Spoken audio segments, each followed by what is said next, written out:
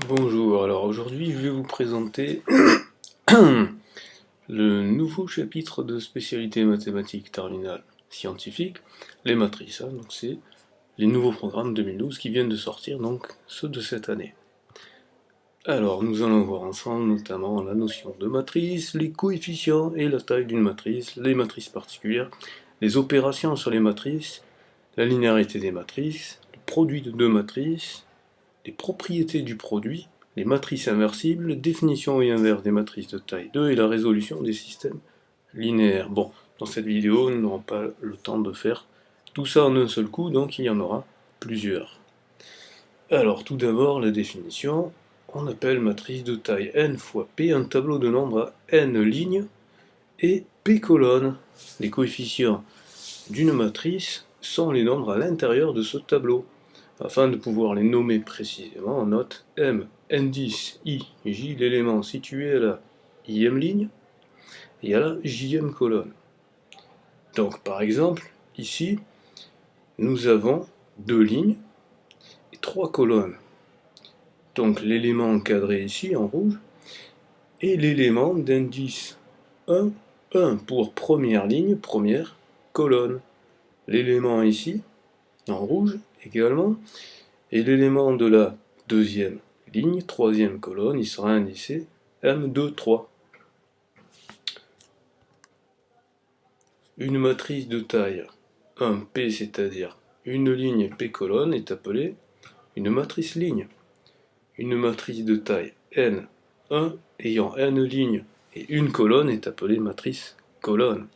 Une matrice de taille N ou tout simplement N ayant N lignes et N colonnes est appelée matrice carrée. Voici quelques exemples. Ceci est une matrice ligne, ceci est une matrice colonne et ceci est une matrice carrée de taille 2. Quelques remarques. On appelle la matrice nulle la matrice dont tous les éléments du tableau sont nuls. Donc ceci est une matrice nulle de taille 3, 4. 3 lignes et 4 colonnes. Ceci est une matrice carrée nulle de taille 2. On appelle matrice identité une matrice donc carrée, donc même nombre de lignes, même nombre de colonnes, dont tous les éléments sur la diagonale valent 1, comme on le voit ici.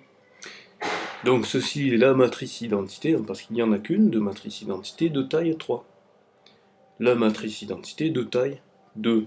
Il existe une matrice identité pour chaque taille de matrice carrée. Voilà la définition de la somme de deux éléments matriciels. Donc par exemple, si on a une matrice de taille 2, la matrice A de coefficient 1, 2, 3, 4, et la matrice B de taille 2 également, de coefficient 5, 6, 7, 8, la matrice A plus B s'effectue en faisant l'élément de la ligne 1 à la colonne 1 de la matrice A plus l'élément de la ligne 1 à la colonne 1 de la matrice B, et ainsi nous obtenons 6, 1 plus 5. De la même manière, l'élément de la ligne 1 de la colonne 2 s'obtient comme étant la somme des éléments des lignes 1 et de colonne 2 de chacune de ces deux matrices, donc 2 plus 6 qui nous donne 8, et ainsi de suite, 3 plus 7 qui nous donne 10, 4 plus 8 qui nous donne 12, et on répète l'opération pour les matrices de même taille.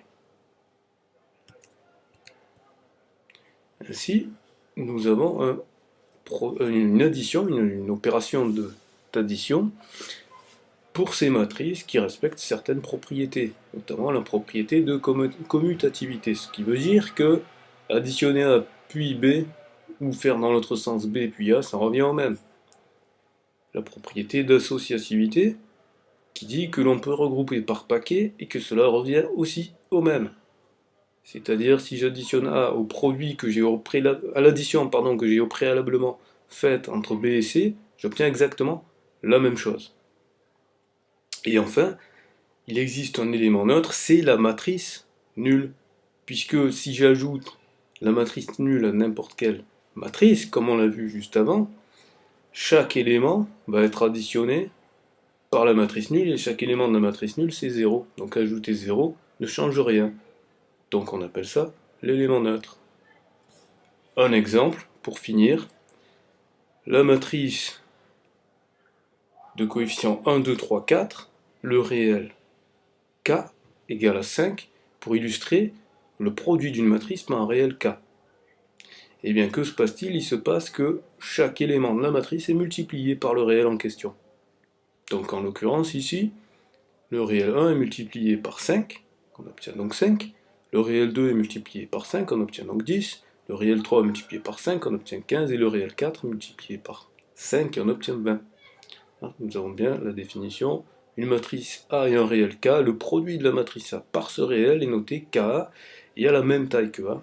Donc chaque coefficient est le produit du coefficient de A situé sur la même ligne et même colonne, et se produit par K. Voilà qui clôture les premières définitions sur les matrices.